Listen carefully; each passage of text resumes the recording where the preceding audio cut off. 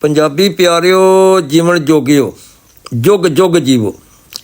ਇਨਸਾਨੀ ਫਿਤਰਤ ਹੈ ਕਿ ਉਹ ਆਪਣੇ ਇਲਾਕੇ, ਜ਼ਬਾਨ ਅਤੇ ਕਲਚਰ ਨਾਲ ਮੁਹੱਬਤ ਕਰਦਾ ਹੈ। ਇਹ ਮੁਹੱਬਤ ਉਸ ਨੂੰ ਗੁੜਤੀ ਵਿੱਚ ਮਿਲਦੀ ਹੈ।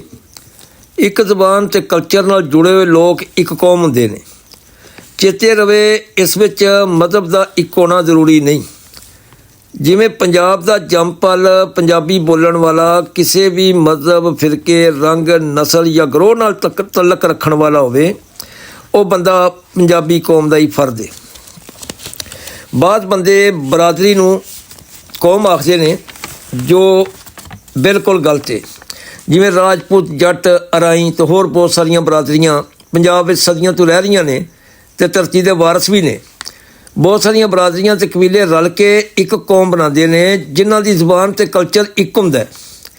ਇੰਝ ਸਮਝੋ ਜਿਵੇਂ ਕੌਮ ਇੱਕ ਸੁੰਦਰ ਰੁੱਖ ਹੈ ਅਤੇ ਬਰਾਦਰੀਆਂ, ਕਬੀਲੇ ਉਹਦੀਆਂ ਸ਼ਾਖਾਂ ਨੇ। ਮੁੱਢ ਤੋਂ ਬਗੈਰ ਸ਼ਾਖ ਹਰੀ ਨਹੀਂ ਰਹਿ ਸਕਦੀ। ਮੁੱਢ ਸਲਾਮਤ ਹੈ ਅਤੇ ਸ਼ਾਖ ਨੂੰ ਸੱਤੇ ਖਿਆਰਾਂ ਨੇ। ਸਾਨੂੰ ਬਰਾਦਰੀ, ਨਸਲ ਪ੍ਰਸਤੀ ਅਤੇ ਕੌਮ ਪ੍ਰਸਤੀ ਨੂੰ ਤਰਜੀਹ ਦੇਣੀ ਚਾਹੀਦੀ ਹੈ।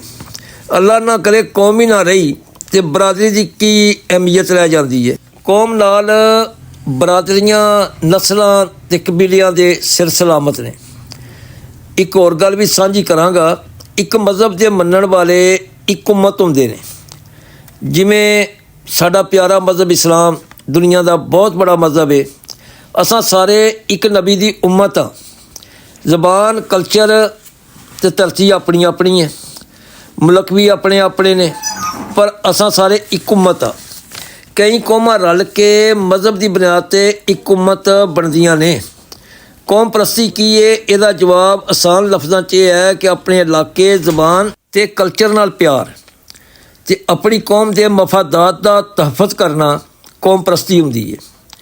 ਕੌਮ ਪ੍ਰਸਤੀ ਲਈ ਜ਼ਿਆਦਾ ਬੰਦਿਆਂ ਦੀ ਲੋੜ ਵੀ ਨਹੀਂ ਹੁੰਦੀ। ਜਿਵੇਂ ਕਿਸੇ ਵੀ ਮਜ਼ਹਬ ਦੀ ਤਬਲੀਗ ਲਈ ਸਾਰਿਆਂ ਦਾ ਆਲਮੇ ਦੀਨ ਹੋਣਾ ਜ਼ਰੂਰੀ ਨਹੀਂ, ਨਾ ਹੀ ਇਹ ਮੁਮਕਿਨ ਹੈ। ਚੰਦ ਆਲਮੇ ਦੀਨ ਹੀ ਇਹ ਫਰਜ਼ ਸੋਹਣੇ ਰੰਗ ਅਤੇ ਢੰਗ ਨਾਲ ਅਦਾ ਕਰ ਸਕਦੇ ਨੇ। ਇੰਝ ਹੀ ਕਿਸੇ ਵੀ ਕੌਮ ਵਿੱਚ ਕੌਮ ਪ੍ਰਸਤੀ ਹਸੀਅਤ ਆਪਣੀ ਕੌਮ ਦੇ ਵਕੀਲ ਦੀ ਹੁੰਦੀ ਹੈ। ਉਹ ਕੌਮ ਦੇ ਮਫਾਦਾਤ ਦਾ ਤਹਫ਼ੁਜ਼ ਕਰਨ ਦੇ ਨਾਲ ਨਾਲ ਕੌਮ ਦਾ ਮੁਕੱਦਮਾ ਆਪਣੀ ਸੂਝ ਸਿਆਣਪ ਨਾਲ ਲੜਦਾ ਹੈ ਕਿ ਉਸ ਕੌਮ ਦੇ ਹਰ ਫਰਦ ਨੂੰ ਲੱਗਦਾ ਹੈ ਕਿ ਇਹ ਮੇਰੀ ਗੱਲ ਹੀ ਕਰ ਰਿਹਾ। ਜਿਸ ਕੌਮ ਵਿੱਚ ਕੌਮ ਪ੍ਰਸਤੀ ਨਹੀਂ ਹੁੰਦੀ, ਉਹਨਾਂ ਵਿੱਚ ਖੁਦ ਪ੍ਰਸਤੀ ਆ ਜਾਂਦੀ ਹੈ। ਉਹਨਾਂ ਨੂੰ ਆਪਣੇ ਜ਼ਾਤੀ ਮਫਾਦਾਤ ਤੋਂ ਅੱਗੇ ਕੋਈ ਚੀਜ਼ ਨਜ਼ਰ ਹੀ ਨਹੀਂ ਆਉਂਦੀ। ਕੌਮ ਪ੍ਰਸਤੀ ਤੋਂ ਬਗੈਰ ਕੋਈ ਕੌਮ ਨਾ ਤਰੱਕੀ ਕਰ ਸਕਦੀ ਹੈ ਅਤੇ ਨਾ ਹੀ ਆਪਣੀ ਸ਼ਨਾਖਤ ਕਾਇਮ ਰੱਖ ਸਕਦੀ ਹੈ। ਸ਼ਨਾਖਤ ਦੇ ਬੁਹਰਾਨ ਵਿੱਚ ਗ੍ਰਿਫਤਾਰ ਹੋ ਕੇ ਉਹ ਆਪਣੀ ਸ਼ਨਾਖਤ ਰੰਗ, ਨਸਲ ਅਤੇ ਫਿਰਕਾ ਪ੍ਰਸਤੀ ਵਿੱਚ ਲੱਭਣ ਦੀ ਕੋਸ਼ਿਸ਼ ਕਰਦੇ ਨੇ, ਜੋ ਉਹਨਾਂ ਲਈ ਮਜ਼ੀਦ ਮਸائل ਦਾ ਬਹਿਸ ਬਣਦੀ ਹੈ।